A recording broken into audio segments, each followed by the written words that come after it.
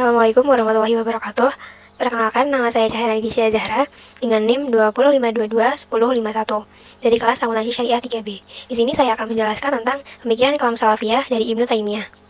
Yaitu kita mulai dari pendahuluan. Latar belakang, ilmu kalam adalah ilmu yang membicarakan tentang wujud Allah, sifat-sifat yang mesti ada padanya, sifat-sifat yang tidak ada padanya, dan sifat-sifat yang mungkin ada padanya, dan membicarakan tentang Rasul-Rasul Allah untuk menetapkan kebenaran kerasulannya dan mengetahui sifat-sifat yang mesti ada padanya. Nah, dalam ilmu kalam terdapat beberapa aliran, salah satunya aliran kalam salaf. Salah satu tokoh yang meyakini aliran salafiyah yaitu Ibnu Taimiyah. Ibnu Taimiyah juga dikenal sebagai pembaharu yang memberikan warna pada peradaban Islam.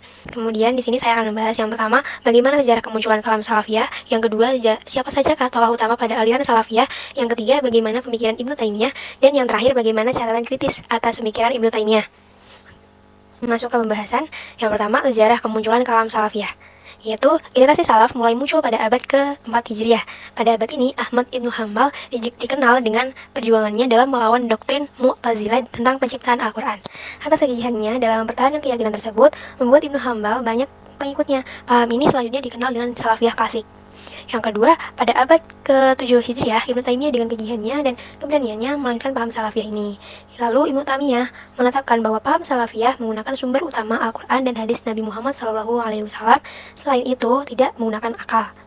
Lalu pada abad ke-12 Hijriah, dikembangkan dan dipropagandakan kembali di Jazirah Arab oleh Muhammad Ibnu Al-Wahhab, dikenalkan dengan nama Gerakan Wahabiyah hingga sekarang. Lalu tokoh utama aliran salafiyah yang pertama itu ada Ahmad Ibnu Hanbal yang mempelopori gerakan salafiyah pertama kali, kemudian ada Ibnu Taimiyah yang melanjutkan gerakan salafiyah ini, lalu yang ketiga ada Muhammad bin Abdul Al-Wahhab, yaitu yang mengembangkan salafiyah ini menjadi gerakan Wahabiyah hingga sekarang. Kemudian ada pemikiran Ibnu Taimiyah. Yang pertama, pemikiran metode penafsiran. Ibnu Taimiyah meletakkan 3 metode dalam memahami Al-Quran yang dijadikan dasar dalam pengambilan hukum agama. Yang pertama, tafsir Al-Quran dengan sunnah Rasulullah SAW. Yang kedua, tafsir Al-Quran dengan ucapan dan perbuatan para sahabat. Yang ketiga, tafsir Al-Quran dengan ucapan dan perbuatan para tabi'in. Lalu, ada pemikiran konsep teologi. Ibnu Taimiyah membagi tentang teologi menjadi 3. Yang pertama, rububiyah. Yang kedua, al-uluhiyah. Dan yang terakhir, tauhid asma wa al-sifat. Kemudian yang kedua, Ibnu Taimiyah menggolongkan para ulama menjadi 4 golongan, yaitu golongan yang tidak mau mensifati Allah dengan ada atau tidak ada. Yang kedua, golongan yang mensifati Allah dengan naif tetapi tidak dengan isbat. Yang ketiga, golongan yang menetapkan nama Allah tanpa menetapkan sifatnya atau Mu'tazilah. Yang terakhir, golongan yang menetapkan nama Allah sebanyak 99 dengan sifat yang terbatas.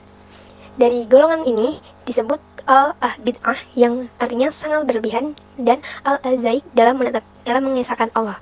Yang ketiga, Ibnu Taimiyah menafsirkan ayat-ayat mutasyabihat secara tekstual tanpa mentakwilkan. Contohnya, Ar-Rahman 'ala al-arsy istawa, Allah duduk di singgasana.